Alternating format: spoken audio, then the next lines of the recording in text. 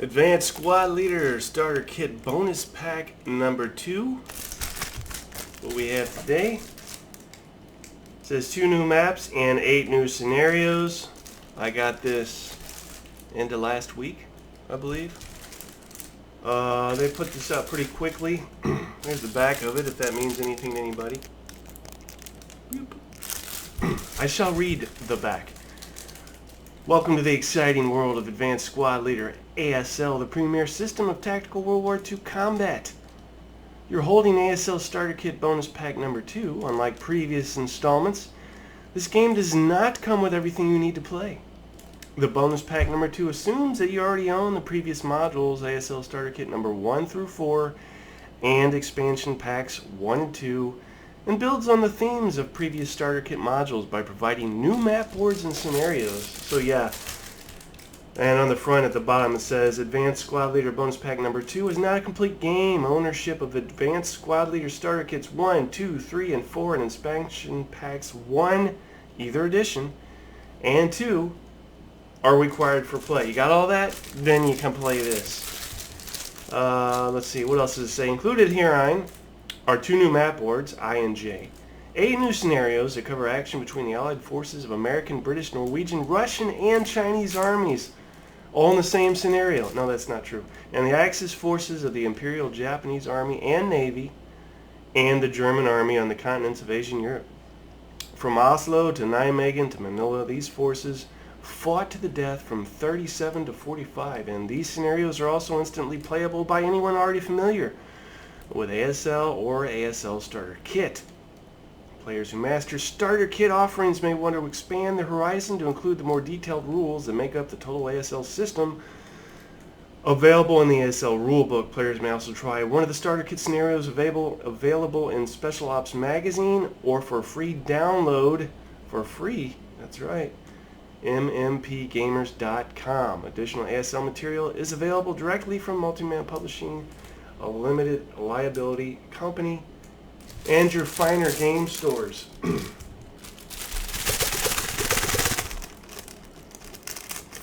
going to open this up and see what we got. I don't know why, but I tend to keep these shrinks and to put them back in. I don't know, it just makes sense. So, oh, cool. On the back of your cover, we have a to hit chart, among other things. To kill number, vehicle hit location, high explosive and flame to kill table, heat to kill, etc., etc. Very cool, very handy for those of us that already have that. It is redundant and superfluous, but it is appreciated. We have map board J. Right? Yes. Map board J. Your standard fare. Some wood buildings, stone buildings, orchards, hedges. I don't see any walls. Won't be claiming wall advantage on here. I guess we got hedges, but ooh, that looks like an interesting building right there. There's a lot going on with that guy. And a lot over here. That'll make for some interesting terrain as well. That's map board J. Standard size board, obviously. And then map board I. Map board I. Dominated by grain. So you can do some harvesting. And yeah, that's pretty much map board I. That's grain. What else do we have? The back cover has your infantry fire table. This is cool. I don't know that unless it's been a while or I'm mistaken, I don't recall this going on where they include these. But that's very cool. Again, not necessarily needed, but appreciated. Magic sheet with invisible ink for that elusive mystery scenario. Get some lemon juice and put it on here and the scenario will pop up. Then we have, where does it begin? 82? Scenario 82. Conflicted about showing these. Some people feel like it's giving away proprietary blah blah blah. Is it? I don't know. If I show this, what, people aren't going to buy it that want it? I mean, come on. 4 hours more. This takes place in China, and 38. It is 7 turns. It comprises map boards J and R. And you're dealing with Japanese versus Chinese. This fascinates me. I won't read all of these, but I'll read this one. 1938, it says, by March of this year, Japanese forces controlled most of the Chinese Shandong province. Despite the official non-expansionist policy that the Japanese High Command had enacted, the China Garrison Army continued to advance. To counter the Japanese aggression, the Chinese had gathered an army of 600,000 strong, and I can't say that province, immediately to the south. Ultimately, it was the Japanese intention to capture the city of Choshu, but in order to do so, they needed to isolate and reduce the small garrison at Tinchan first. The Chinese garrison, 2,000 men, hunkered behind the city's ancient walls, having first brought all the supplies they had inside the town and sealing the north and south gates. Timely arrival of reinforcements from the south was their only hope of withstanding the siege. Believing that reinforcements were on the way, the Chinese commanding officer Wang Mingchang asked his men to hold for 4 hours. That sounds very cool. Then we have on the back scenario 83, off to Oslo. It takes place in Norway between German and Norwegians. Another one that interests me due to one of the belligerents here, the Norwegians. You don't get a lot of the Scandinavian stuff. Very little Swedish, Norwegians, etc. So when you do, it's a real treat. This takes place on map boards M and I, is 6 turns. To back up, there is no armor on scenario 82, 4 hours more, but you do have a gun. And then on off to Oslo, there are no guns and no armor, for those that keep track of that, because some of us are a little fond of strictly infantry stuff for reasons of time and involvement, and when you're soloing, etc., it just makes for easier, smoother, quicker play. Alright, so that's 83, 82 and 83. Then we have 84, standard fare, Russians and Germans. Wow. Kapovensky Vtoroy, Russia, 41. Only uses map board I, 6 turns. This does have guns and armor, so all kinds of stuff to keep track of and play with in this one. And then scenario 85, Tiger's Roar. Anything with tiger in the name seems to get a rise out of folks. German and Russian. More standard fare. Couple tigers.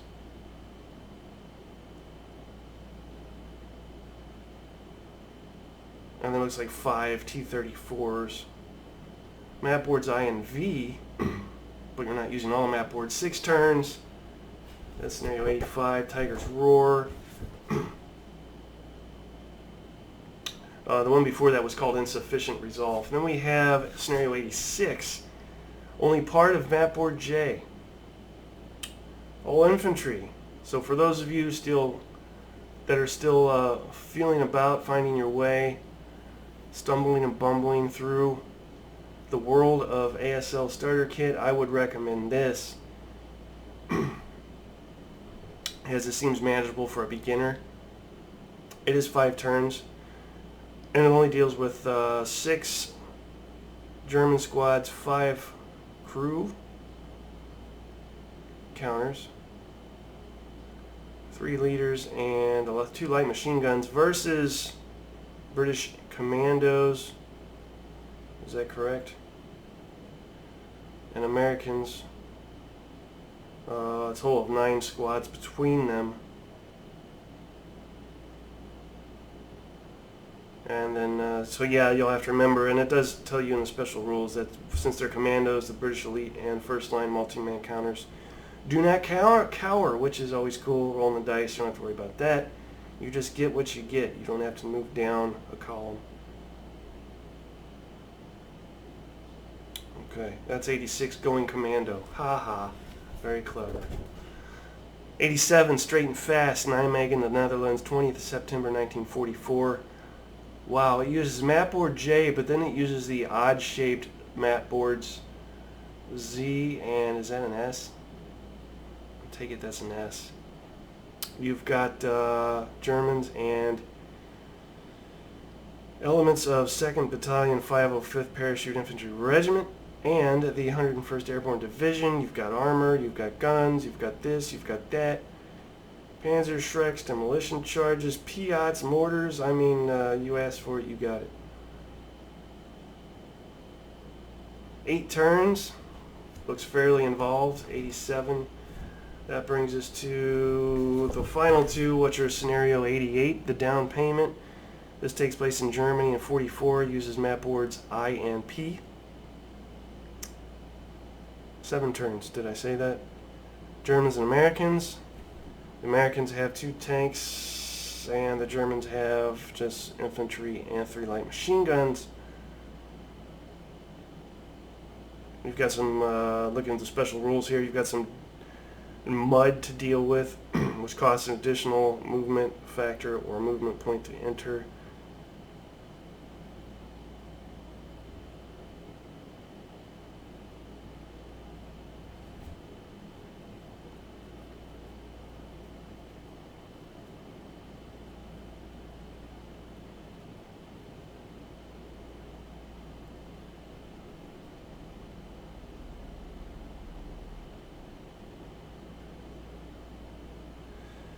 Isn't it? I'm sorry, I went dead on you. This is an interesting rule as well.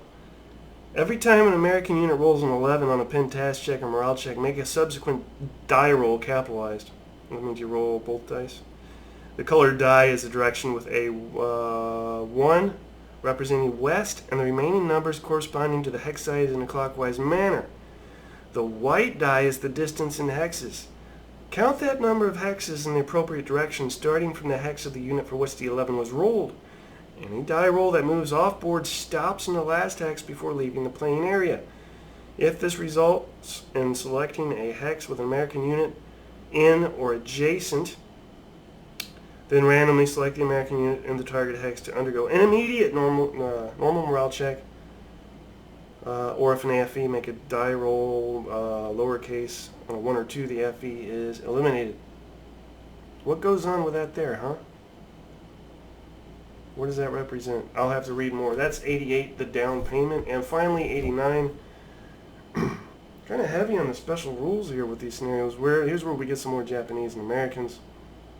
Partially uses board J, 6 turns. Americans get 1 armored counter. Japanese get 1 gun. Special rules. All orchards are palm trees. Go figure.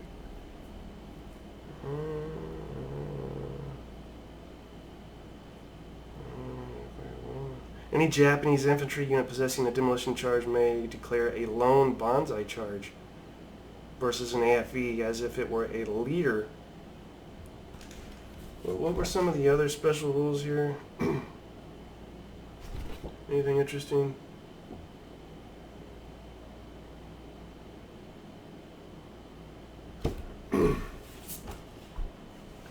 Checking.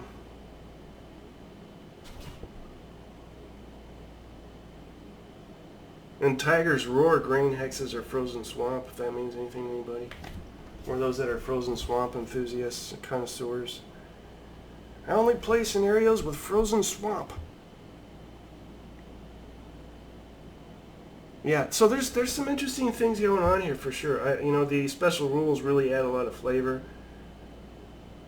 The versatility in regard to the structure of how these scenarios are designed is really, I applaud the design technique behind it because it allows for, again, just great tweaking and flavor. And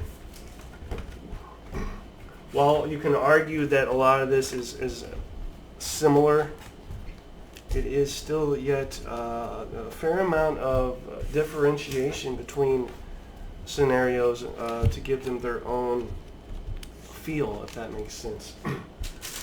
This was Advanced Squad Leader Starter Kit, bonus pack number 2. If you're just getting into ASL, excuse me, and or, well, I guess if you're just getting the ASL Starter Kit, don't get this. Honestly, I'm not trying to be like that guy, but it's not going to do you any good. For those of you that have been trucking along with ASL Starter Kit for a while, or have all the ASL stuff and this, yeah, go ahead and grab this up. It's got some interesting tidbits in here, a nice variety of things to please everyone. They say you can't please everyone all the time, but I think you can, and I think they do with this pack. There's a little bit of everything in here, even Norwegians. All right, guys. Next time I see you, I don't know what it'll be about, but you'll see. Bye-bye.